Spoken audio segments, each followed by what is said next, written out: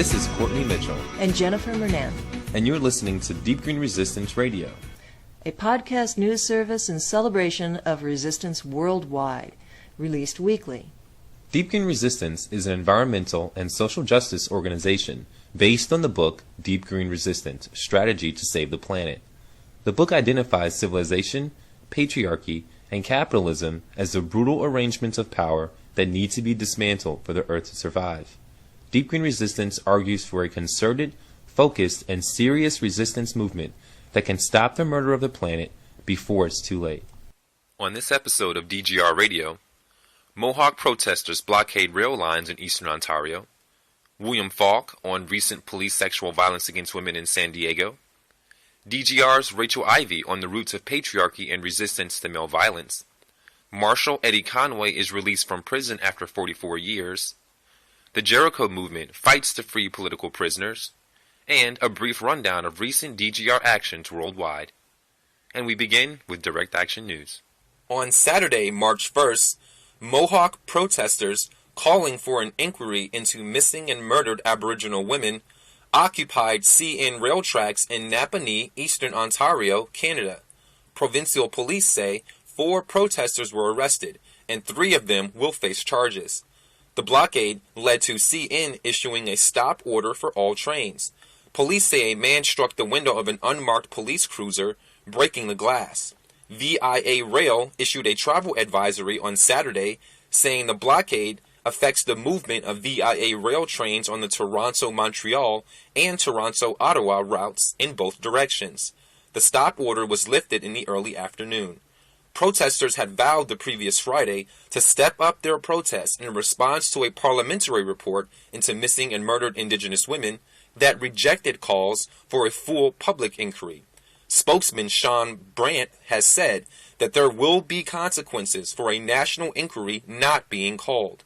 The activists have been blockading a road east of Belleville since the previous Sunday night. You're listening to DGR Radio. Jennifer recently spoke with William Falk of DGR San Diego on recent police sexual violence against women. Thank you so much, Will, for joining us here. And I just want to hear you explain what this serious situation is that's going on down in San Diego. Yeah, thank you for having me on to talk about it. I guess it's not circumstances that I'd want to be talking about, but there are bad things going on in San Diego. It's all getting a lot of publicity here, and the issue is sexual misconduct and sexual violence at the hands of on-duty San Diego police officers. Is this sexual violence against women? This is sexual violence against women, yes.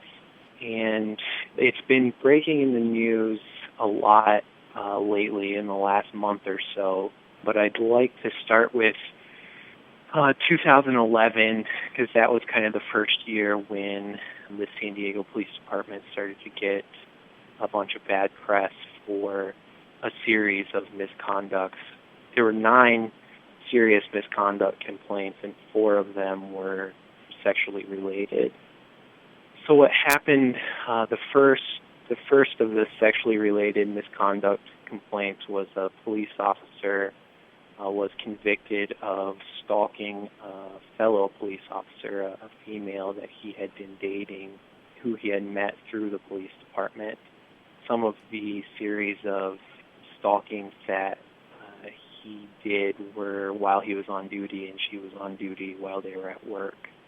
A little bit after that, also in 2011, a vice officer working for the San Diego Police Department was accused of having sex with a 19-year-old college student while he was on duty.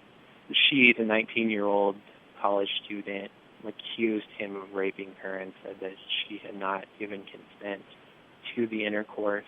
Eventually, the charges were dropped because the prosecutors said that there was not enough evidence to prove that the woman had not given consent to this police officer.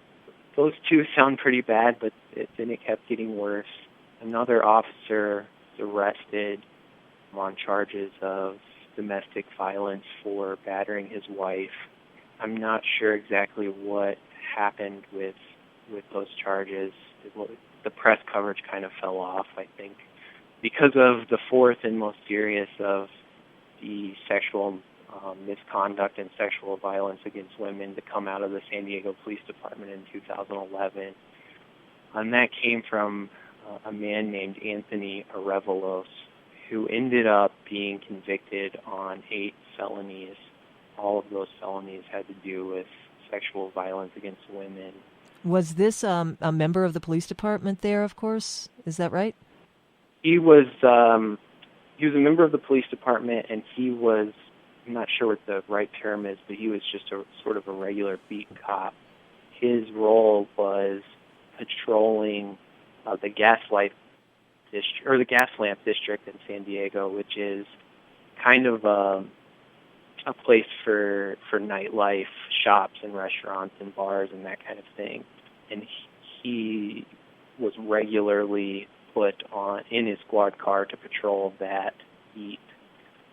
And I guess that kind of brings me to some of the most disturbing aspects of Arevalos' conduct. He was patrolling in his squad car there when he was arrested in 2011 as part of the investigation and eventual trial. The San Diego Police Department had to give up their internal files on him. And it was learned that in 2009, so 2 years before this, a woman who had been stopped by Arevalos told an investigating detective that this police officer, Arevalos, had wanted a sexual favor in exchange for not arresting her. There was no action taken by the San Diego Police Department at that time. What action was taken against him as all of this unfolded? As all of it unfolded, well, there was another accusation in 2010. Even more? Yeah, there was more. Oh my gosh. And nothing, well, I'm sorry, there was something done in February of 2010. A woman accused Arevalos of sexually assaulting her in the back of his squad car. The police department recommended criminal charges, but the district attorney declined to charge him. And then the horrible thing is that Arevalos was put right back on his beat, back in the Gaslamp district, patrolling in his squad car.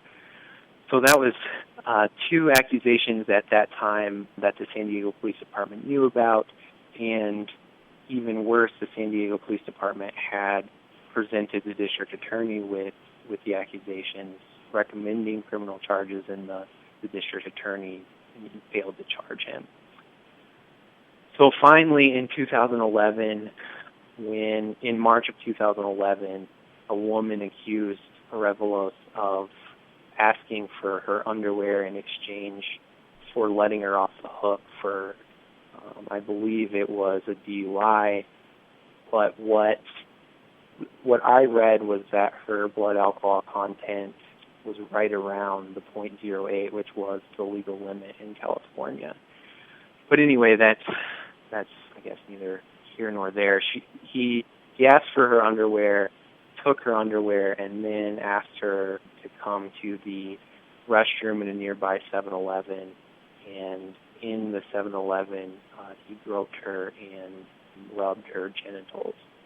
And 3 days later, the woman who is known as Jane Doe in San Diego now came to the San Diego Police Department, explained what happened, and this was finally enough for the police department to arrest Arevalos.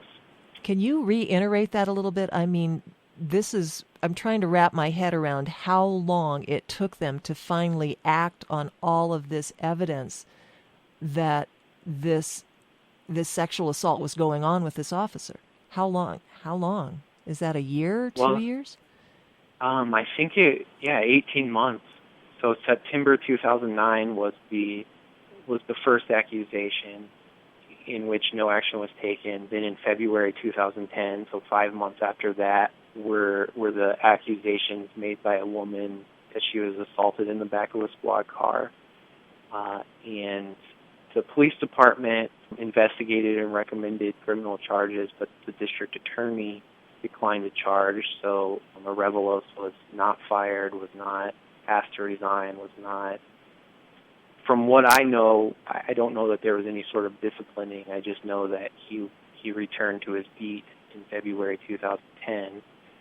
So then a year, 13 months after that, in March of 2011, finally, after Jane Doe came forward about the incident at the 7-Eleven, he was finally arrested and removed from the San Diego Police Department.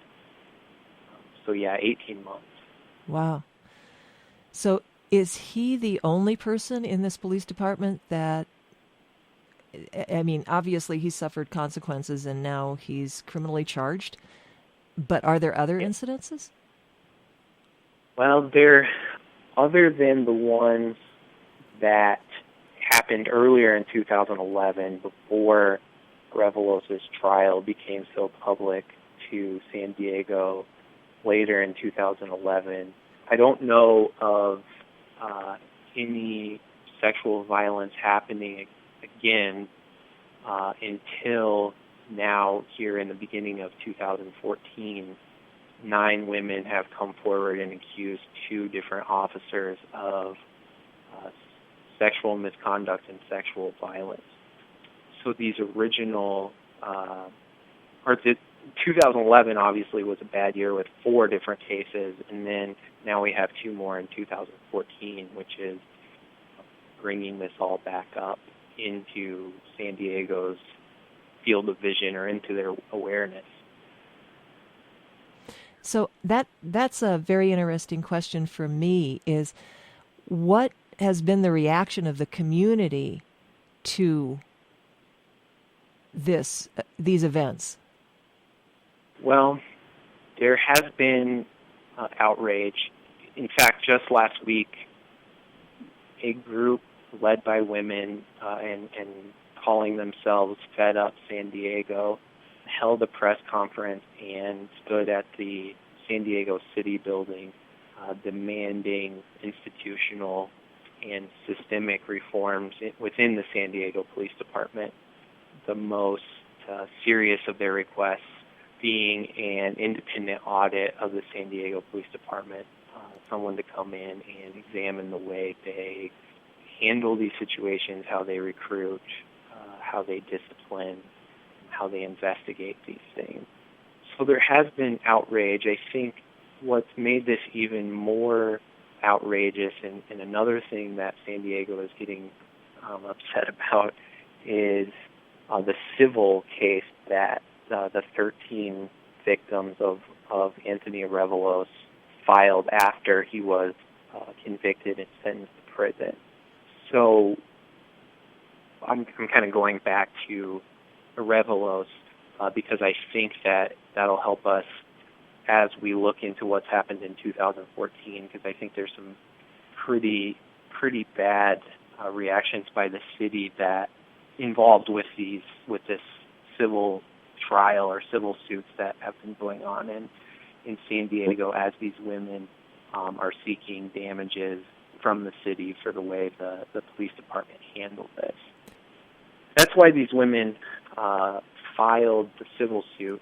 One of the problems with a criminal case or a criminal trial process is that the only recourse is going to be the sentencing of the perpetrator at the end of the trial. Once he's found guilty, he can be sentenced to prison, but it's very hard to get monetary awards for damages that a woman has suffered as a result of the sexual assaults. And obviously, money is nothing compared to one's feeling of safety and well-being and all the emotional trauma and physical trauma that would go along with this.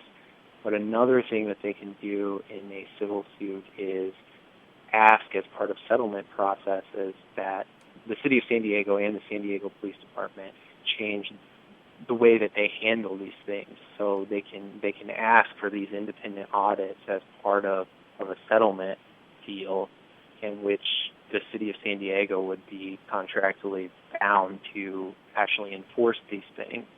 And that's why the last victim of Anthony Arevalos has refused to settle with the city, because she is standing strong and standing brave on some institutional changes being made. And that's absolutely something that I would feel as a woman and as anybody in a culture, if the cultural institutions don't serve me or make me safe, then that needs to be changed. And I applaud her so much for doing that. Does she have a lot of support around her right now? She has, it's hard to tell whether she has a lot of support. What is most disturbing to me is what the city has done to her after this. So the city of San Diego quite loudly applauded her during the criminal process for her bravery, for making these accusations known. But once she decided to press the issue in civil court with the city, once she made the city of San Diego a defendant and sued for the damages and sued for these institutional changes, they have begun what I would characterize as an absolute smear campaign. They've made her run through the gamut of emotions that would come through this. In fact, just in January and February, the story had broken that the San Diego city attorney, a man named Jan Goldsmith, had filed briefs in the case accusing Jane Doe of trying to bribe Arevalos out of the DUI ticket with her underwear, saying that the reason that Arevalos had this woman's underwear is because she offered it as a way to get out of the ticket. Now, not only does that just fly in the face of everything that we know about occurrences like these in terms of, all the blaming the victim kind of tactics that proliferate in these kind of cases, but we also know that Arevalos was convicted in a criminal court with a jury that has a burden of proof that the jury has to say they feel beyond a reasonable doubt that this police officer was guilty of trying to solicit sexual favors from Jane Doe. So the city attorney, by filing this brief, had to know that a judge was gonna shoot it down just based off of standards of proof that are much higher in a criminal court than in a civil court. So the city attorney did this. Eventually, when word got out to the newspapers and to the public, outrage was high enough that the city attorney amended and refiled his briefs to no longer accuse the woman of offering her underwear as a bribe. But even worse than that, the news about a week after news of the bad brief, news broke that the city attorney had spent taxpayer dollars to hire a private investigator to follow Jane Doe in her daily activities and to film her for 23 days.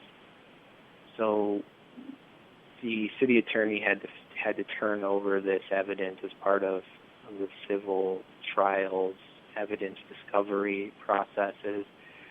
And when the media and when the public got to see the films, they were films of her driving her car, they were films of her hugging her boyfriend, kissing her boyfriend on the cheek, just going about her daily business. But what this was obviously an attempt by the city attorney to try and show Jane Doe as flirtatious or as any number of words that you could imagine. And that sounds so much like the whole awful she asked for it kind of scenario, right? Exactly. Is that, I mean, this is misogyny and rape culture, basically, is she must have asked for it and we're going to prove it, totally invade her privacy. And as you said just a little bit ago, victimizing the victim or slandering or slurring. Yes. Yes. and having that paid and for by taxpayer dollars. right. And I guess what makes this even more, well, I mean, there's so many things that make this horrible, but even the city attorney's words afterwards, he said something to the effect of, it's horrible what happened to these women, but, we can't let, as the city attorney, I can't let these women become wealthy off of the city's money. And then in response to people saying what you just said about him hiring the private investigator, he said, I understand that some may see this as insensitive, but that is exactly what practicing law is. Those aren't exact quotes, but that's about what he said. So he's taking that misogynist, that classic misogynist angle and institutionalizing it through his office. He's not just the criminal defendant trying to, like I said, challenge a woman's character or challenge this woman by calling her all kinds of bad names. He's using his office to perpetuate this misogyny. And so that's just a deeper level of what's going on in things.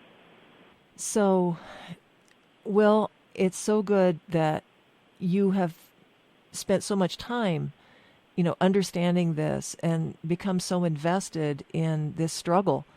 Why did you decide that this was so important to you? Well, I think for several reasons. I think, first of all, I just think it struck me as I was reading the news as a classic case of misogyny and something that was so horrible that if I ignored this as a human being, I think if I ignored this or didn't read more, I felt like I don't know how I would go to sleep at night, to be perfectly honest. But on top of that, and more personally, I have a mother and I have a little sister, and I know that my mother has been stopped by the police for silly things and questioned in weird ways, and I just thought, knowing, being close to those women in particular, I felt like, imagine if that was someone you knew. But then also I went to law school, I was a public defender, I worked against police officers daily, and so I guess I hold no love for the police in a general way. And when I read about this, it just seemed like the most horrible abuse of a police's power that I could imagine. I mean, we know the stats about, racism within the so-called criminal justice system, where 1/3 of African men in some cities can expect to go to prison. We know how the police respond to people who are outraged by the way corporations are destroying natural communities. And so when I saw this, I was angry, and the only way I think to deal with anger is to act. So that's what I'm trying to do. Writing and researching for me is how I act, or at least the best way that I know how to act in terms of my own personal skills or propensities as a person. So yeah, sorry that I went on so long, but yeah, that's why. I think that what you're saying is wonderful, and I think that what you're choosing to do with the talents that you have is extraordinary, and I applaud you for it. And that comes from, being a woman, and also so very much wanting to change the culture that we live in so that I can feel safe. And in order to do that, we have to be able to analyze the situation and what the root causes are. And we have to be able to create that culture that we can go to, where we can go home and we can be safe. So I wanted to see, I know that as part of this program, we're going to try to address the root causes. What would you say the root causes are for this? In the same way that this civil lawsuit is trying to go to some kind of structural accountability and change that will end the misogyny. What's your take on what the root of this is and where it comes from? Well, quite simply, I think the root cause is patriarchy. I think the police, of course, are populated by largely by men who come from this culture, and in this culture, we know many of the terrible stats. The stat like 1 in 4 women can expect to be raped in her lifetime, and even more than that, fend off rape attempts. I think that the police, because they're populated from this culture, we can expect for similar numbers to happen. So I think that patriarchy is the root cause. The police, I think, offer us sort of a unique case, or when I say unique, I mean a horrific case, in that the police also, not only are they populated largely by men, but they also represent, in my analysis, they represent the domestic arm of colonial oppression or civilization's oppression. And what I mean by that is I think there's that great line by Stanley Diamond, the anthropologist and anthropology chair at the New School for Research. He wrote a great book called In Search of the Primitive, which was a collection of essays critiquing civilization, and he said civilization originates in conquest abroad and repression at home. And I think it's easy to see armies of occupation as the conquest abroad part of that, and the police, I believe, are the repression at home. And then going even further, I think that patriarchy represses women everywhere. So the police not only fill this niche of civilization's oppression, but they also act as the most terrifying arm of the repression of women. So I think if we're going to get to the root of the problem in San Diego and everywhere, because it's happening everywhere, we have to be combating the material functioning of patriarchy. And I think settling for anything less than that is ultimately doomed to failure. After the conclusion of our interview, I asked if Will would answer a couple of questions for me, and he sent back this email in response to my questions. The first one was, has there been any national coverage of the police sexual assaults in San Diego? And his response was, while I've been researching news stories of the events in San Diego, I have seen little to no coverage outside of San Diego publications. The only non-San Diego publication to pick up the story that I could see was the Los Angeles Times. I think their coverage is easily explained by San Diego's close proximity to L.A. The second question was, why do you think there has been very little coverage? And Will's response was this: there has been so little coverage because sexual assault by police officers are happening everywhere. Yesterday, on March the 17th, 2014, he said, I Googled the term sexual assault by police, and my first screen was filled with hits bringing news of sexual assaults by police from different cities all over the country. There was a story from Detroit, Michigan, Irwindale, California, Woodland Park, New Jersey, San Jose, California, and San Antonio, Texas. Then I performed the same search this morning on March the 18th, 2014, Will goes on to say, and there were 2 or 3 new stories on top of the ones I saw yesterday. This tells me that the sexual assaults by police officers in San Diego are by no means unique. These sexual assaults are happening everywhere, and they are happening often. I am in total agreement with Will. This is horrifying. I've seen them sleeping in the parking lot on cardboard boxes. I've seen them walking streets and turning cheeks sky high as rockets. I've seen them go to war, then come back home to unemployment. I've seen them work a 9 to 5 for life without fulfillment. So where do we go from here? I need to know. Where do we go from here? Where do we go from here? We need to fight together, together, together. I've seen them reaching through the garbage can for our leftovers. I've seen them spend their lesson on the winning game of numbers. I've seen them once on high school track team, now they're only runners. Can someone please tell me what happened to our sons and daughters? So where do we go from here? Where do we go from here?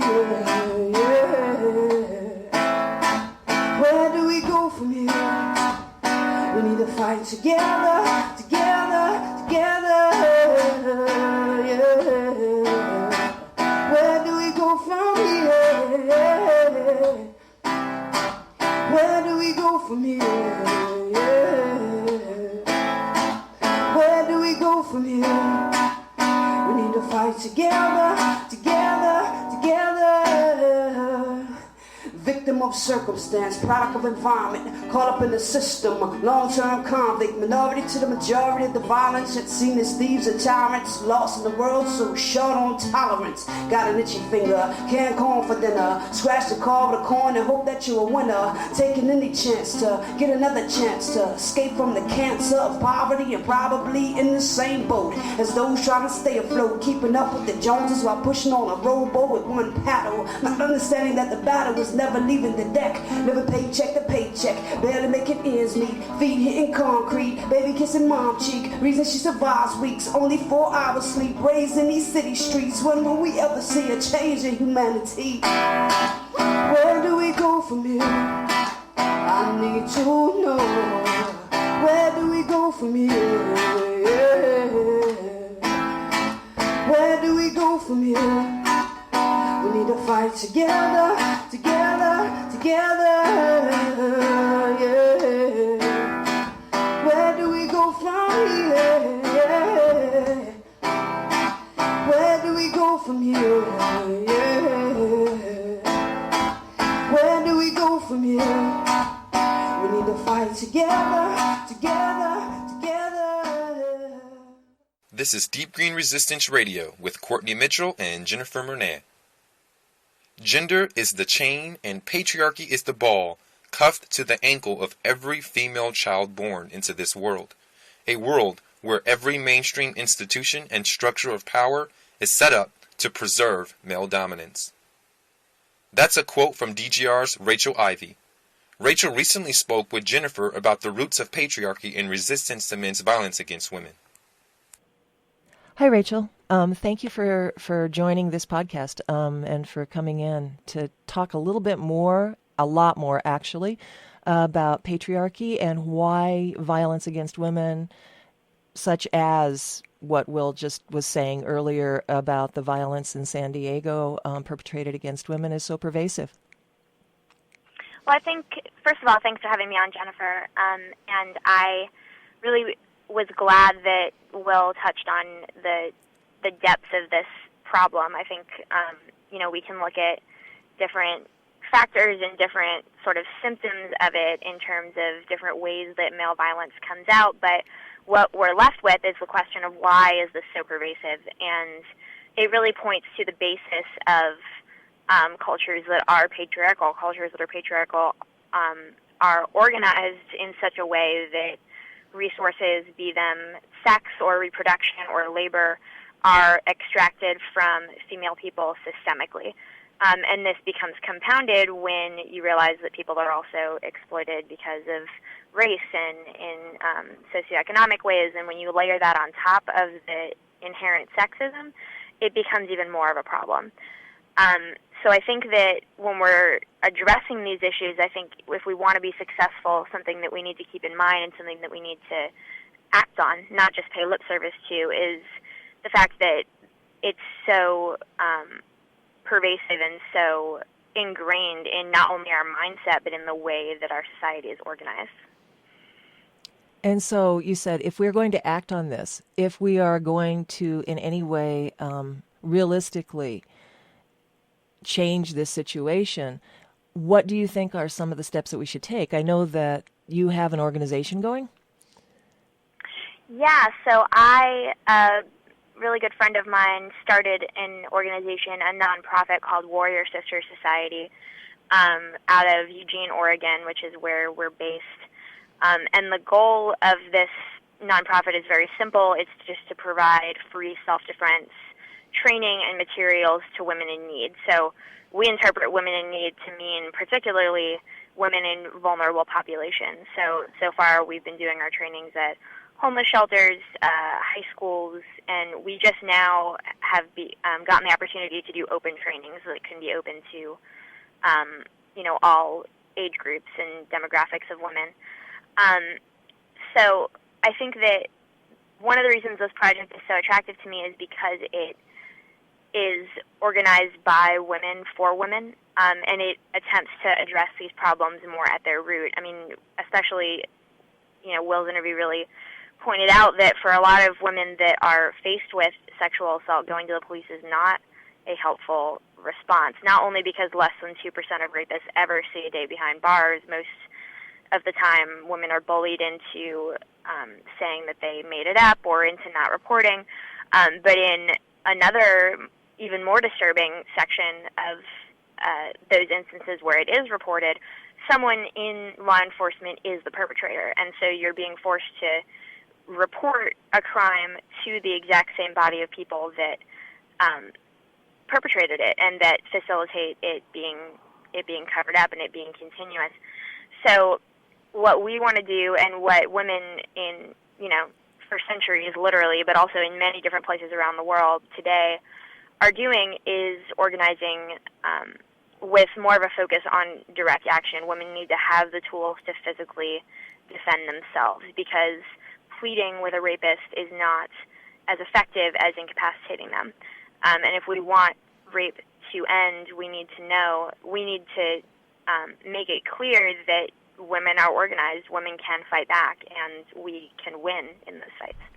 Do you see any similarities between the Sister Warrior Society and what's going to be happening in San Diego? It sounds like they're different, just from, a little bit of analysis. I think they are. I think that we need all kinds of tactics when we do this. I think that differences in organizations are great. I think that there are women who are having a lot of success and are fighting like hell through the legal system, through getting information out, and through education. That's so important. But our stance is that we also need a direct action element to that. I think with any fight, a diversity of tactics and a multitude of organizations, even if they're coming at it from different angles, especially if they're coming at it from different angles, really makes a difference. One example that we sort of look up to and that we had heard about before starting this group was the Gulabi Gang in India, or the Pink Sari Gang as it translates, and they are amazing. They're a direct action group of women that not only trains each other in self-defense, but retaliates against men who perpetrate violence against women, any form of violence.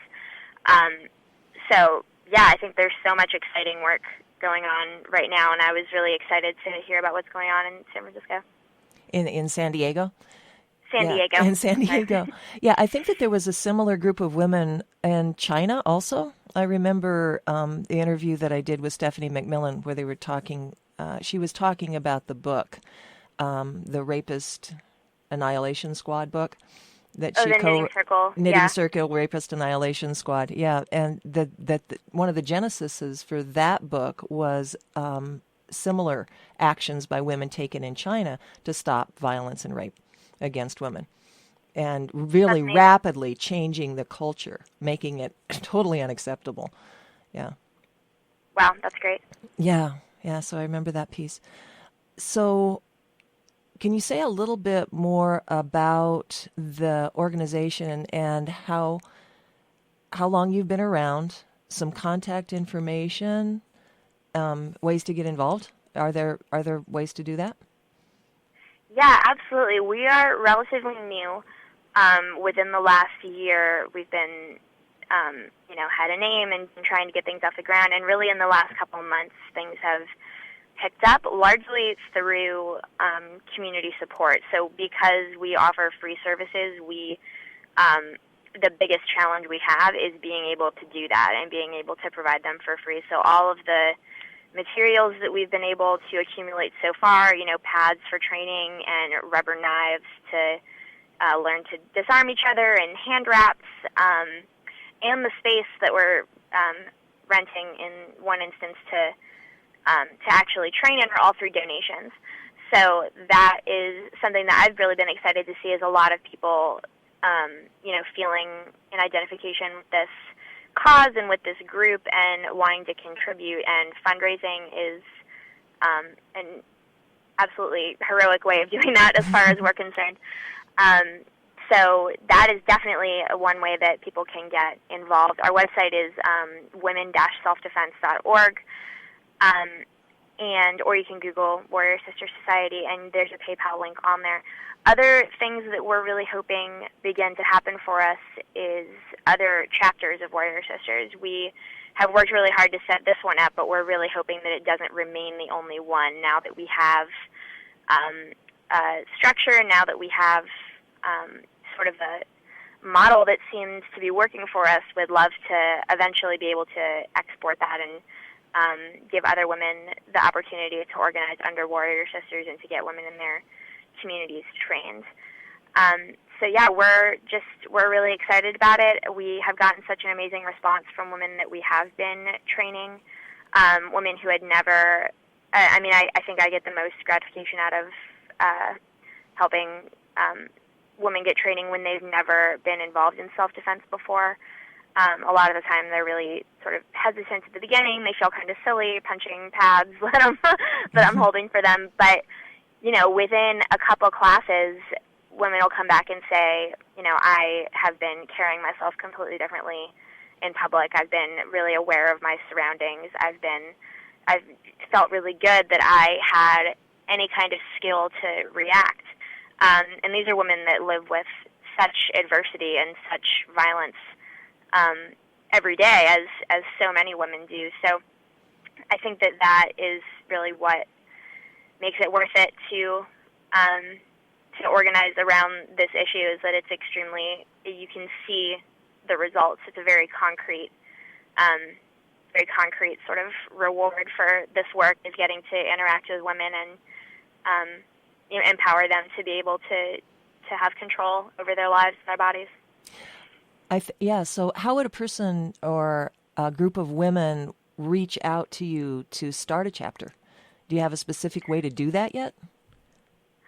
We have an email address, warriorsistersociety@gmail.com, and that would be the best way to reach out to us. This isn't something that we've done before as far as getting chapters started in other places.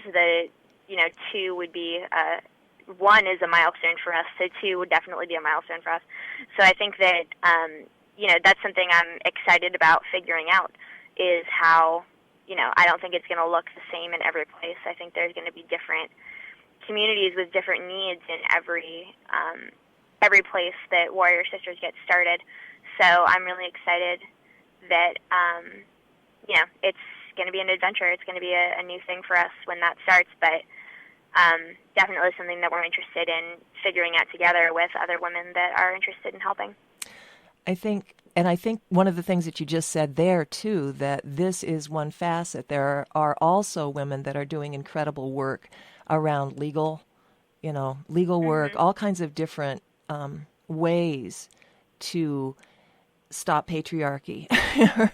And so yeah, and the legal side of it is so so important. I think the first class that we ever had, someone brought up Marissa Alexander for good reason. Marissa Alexander is a woman in Florida who is, I believe, now facing life in prison, or 60 years, effectively life, for firing a warning shot that harmed no one in order to try and scare off her husband that was physically assaulting her on a regular basis. So, I mean, it's all well and good to say, women physically fight back. This is something that we need to do. But there are also other factors that have a huge chilling effect on that actually being the case. So, I mean, that's something that we're really frank about. There are, and something that we're also educating around. There are things based on the laws where you live that you can do, and some things that you don't have control over in terms of how your actions are going to be reacted to legally, or the implications that they're going to have. So I think that that's just an entire other side of this fight and of the support women need that is so essential. So, I mean, we need warrior sisters, but we need, women who are fighting with more conventional tools as well, because it's just as essential. Yes, and that's one of the things that immediately popped into my mind when you were talking about way earlier in this interview about you're reporting to people, and sometimes they're the perpetrators, and where do you go with that? Are you aware of the situation at Tutwiler in Alabama? No, I'm not. Okay. That is at least a 2-decade-long rape culture environment that's been happening within the only women's correctional facility in Alabama. And so there's been a pervasive atmosphere of fear and abuse that's been happening there for about 2 decades.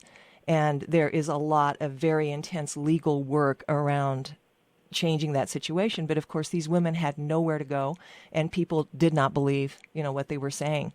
And finally, after 2 decades, there's some effective work happening. So yes, sometimes you need different strategies, different tools, different ways of changing this, and that's what's appropriate there.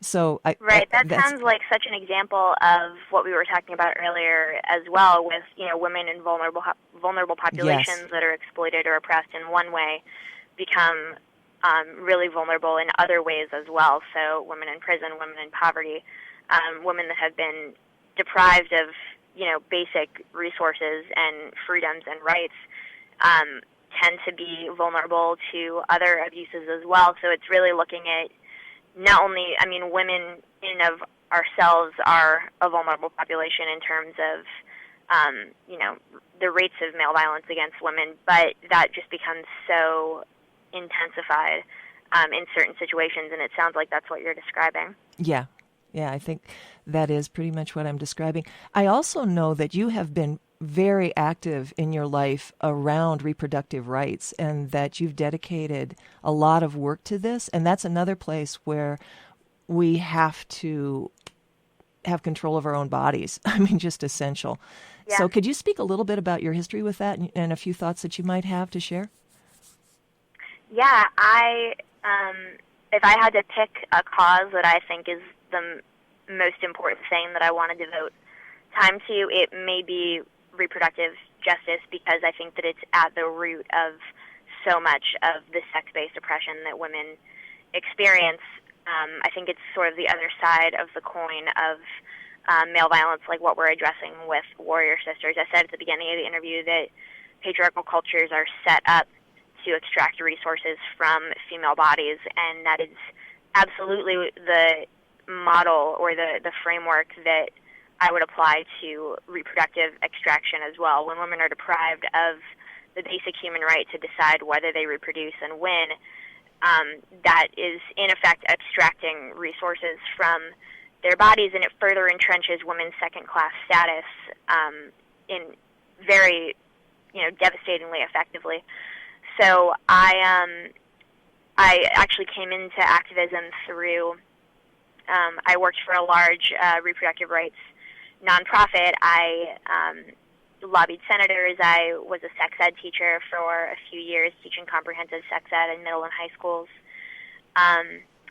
And I loved that work. I think that the education I was doing was so important. But I also recognize that those tactics alone are not effective. We're seeing the biggest backslide in reproductive rights that we have ever, in the last century, experienced. There's been more reproductive restrictions passed by the federal government in the last, or federal and state governments in the last 3 years than in the last 10 in total. And it's only accelerating. We're seeing women being, just flat out deprived of having access because there are 87% of counties with no provider. We're seeing existing providers being terrorized out of existence. Just recently, Susan Cahill is a noted abortion provider who has dealt with a lot of backlash, and their clinic was just recently shut down because of an extremely violent and devastating episode of vandalism where literally everything in their clinic was broken, and they can't continue to work. Or last I heard, they hadn't been able to recover from that.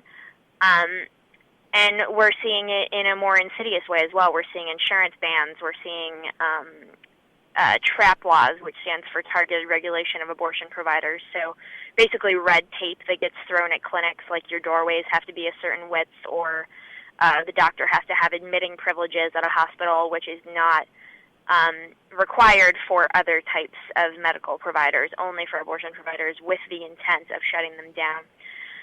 So in light of this, I don't think that education and that calling our senators, as much as I value that work that I've done and as much as I value what women are doing with that, is enough. I think that, as I was saying, with male violence, we need a diversity of tactics to address this. And I think that women need to be educated about their own ability to regulate their reproductive rights and to get away from a total dependence that we have now on the medical system to provide it, because so far that this approach just isn't working. Thank you so much for sharing all of that information.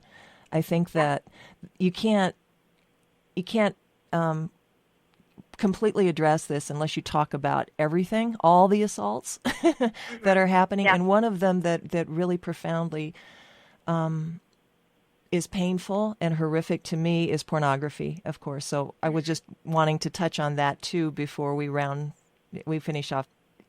Pornography, that horrifies me, and the objectification there and the violence that it actually creates and is escalating. Yeah, I mean, it's the propaganda of patriarchy. It's the ideological basis for what happens to women. You cannot exploit someone without turning them into an object first, and that's what pornography is so good at.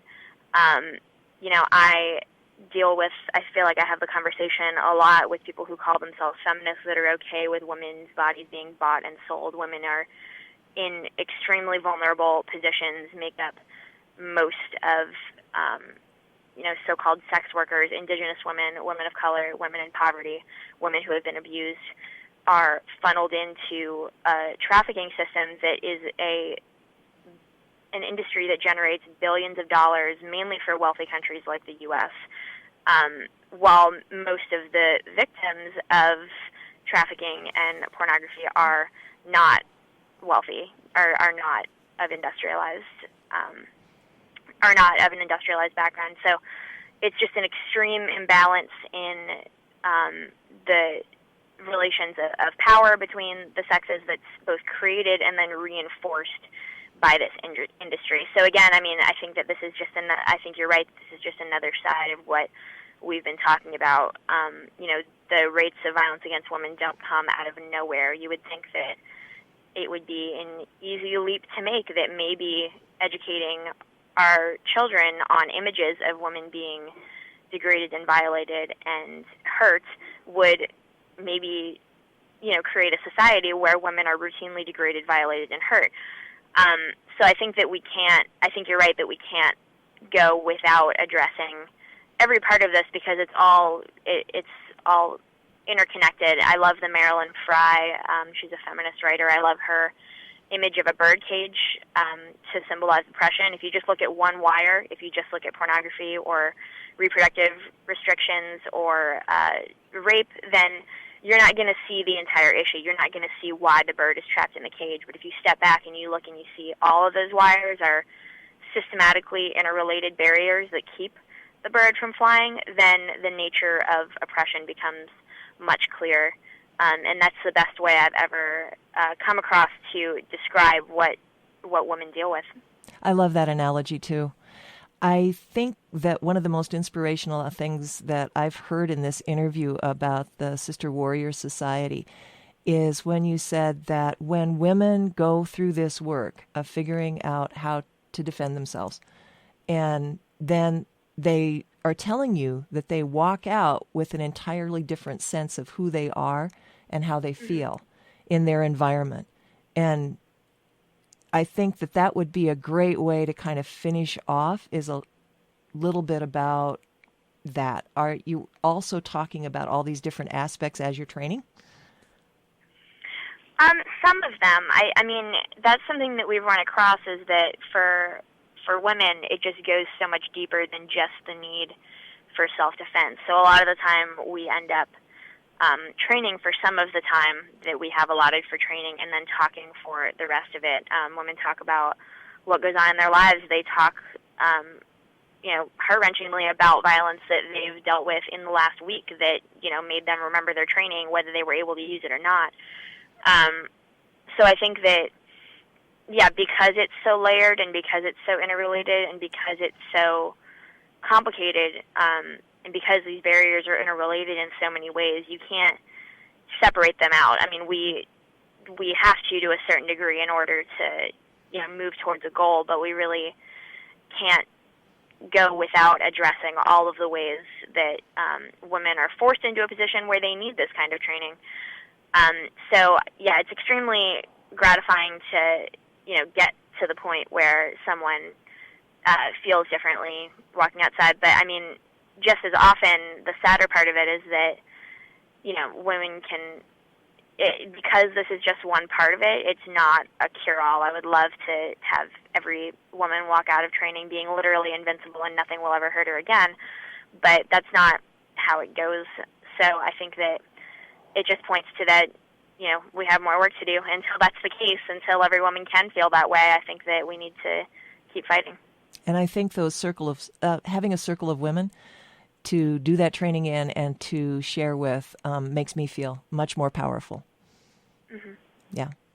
So one more time, Rachel, contact information at the end of the interview so that people can contribute, support, and even reach out to start a new chapter. One more time. Yeah, absolutely. Our email address is warriorsistersociety@gmail.com, and you can also find this contact information on our website, which is women's-selfdefense.org.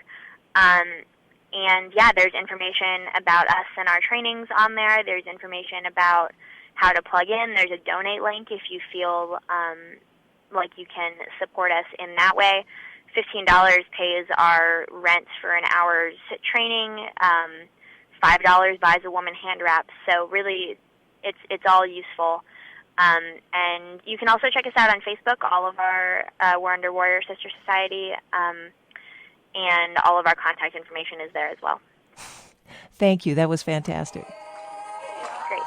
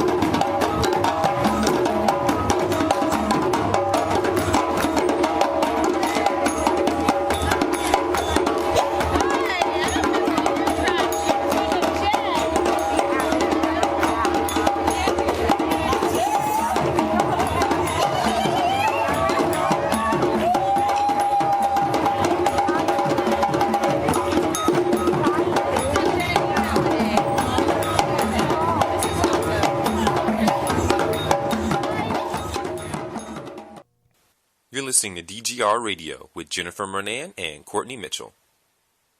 Marshall Eddie Conway is a former Black Panther Party leader who was recently released from prison after 44 years. Jennifer has more on that story. In an interview exclusive on Wednesday, March 5th on Democracy Now!, less than 24 hours after his release, former Black Panther Party leader Marshall Eddie Conway had this to say in response to Amy Goodman's question, "Eddie, as we wrap up, what gave you hope almost 44 years behind bars?" He said, "Well, I appreciate you asking me that because I want to take this opportunity to thank the tens of thousands of people that have supported me over the years and that have sent letters, postcards, marched, rallied, organized across America, around the world. Those letters, postcards, rallies, marches, organizing, etc. gave me hope, gave me courage, gave me energy, and kept my spirit high, and it made me know that I was loved. And that same love needs to go out to the other political prisoners that remain locked up today for almost 40 years, most of them, and one of them is a little over 44 years. They need to have that same kind of support, that same kind of encouragement, and that same kind of work to help get them free.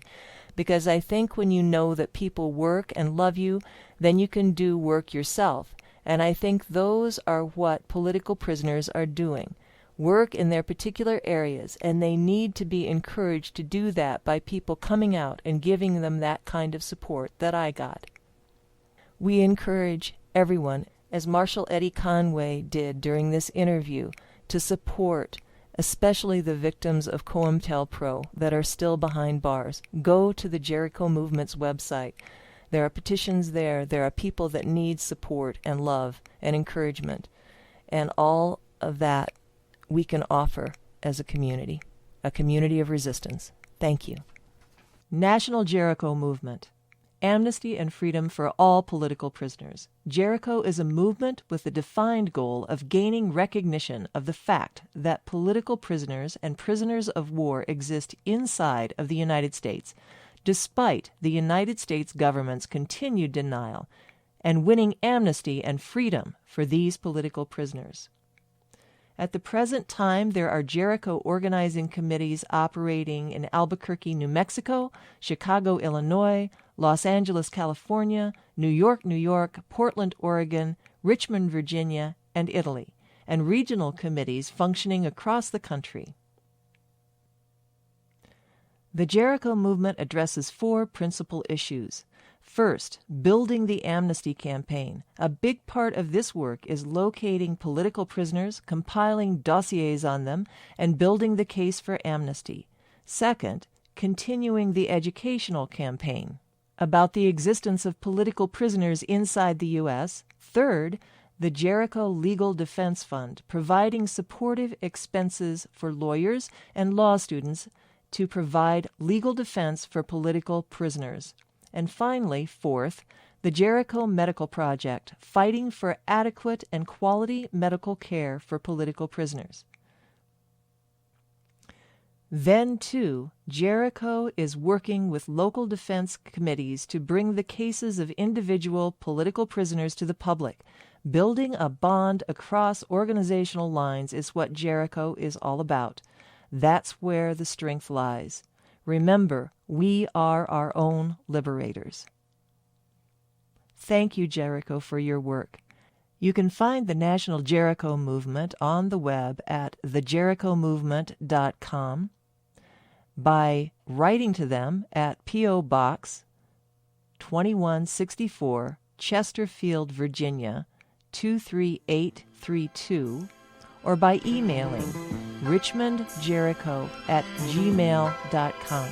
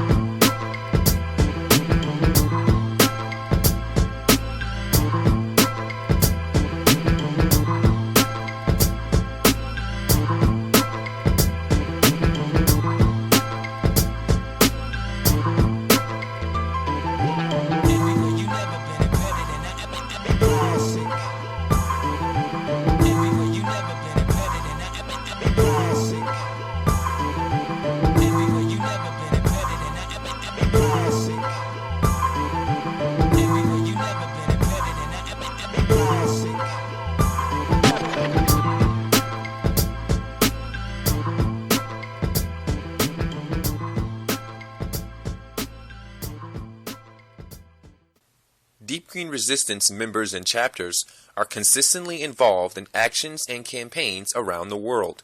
Here is a brief rundown of some of our recent actions. In February, multiple members presented at the Public Interest Environmental Law Conference in Eugene, Oregon, including Le'Air Keith as a keynote speaker. Eugene, Laurel, Columbia, and Salish C chapters hosted events featuring Guy McPherson and DGR speakers on climate chaos and resistance to ecocide. DGR Australia member toured the Philippines with the Mobile Anarchist School. She spoke at universities, info shops, a farmers forum, and many other locations about the need for a serious resistance movement. And DGR Colorado member created Stop Thinning Forest, a website, to inform landowners and counteract the misinformation propagated by the Forest Service and industry. And for actions in March, members of Deep Green Resistance United Kingdom presented and participated in Resisting Together. And portions of the Deep Green Resistance website were translated into 10 languages, including Russian, German, and Arabic. Join us next week for more resistance news from Deep Green Resistance. You can contact us at contact@deepgreenresistance.org. Or write us at Deep Green Resistance, Post Office Box 925, Crescent City, California, 95521. And we would love to hear your comments on this program and suggestions for future programs.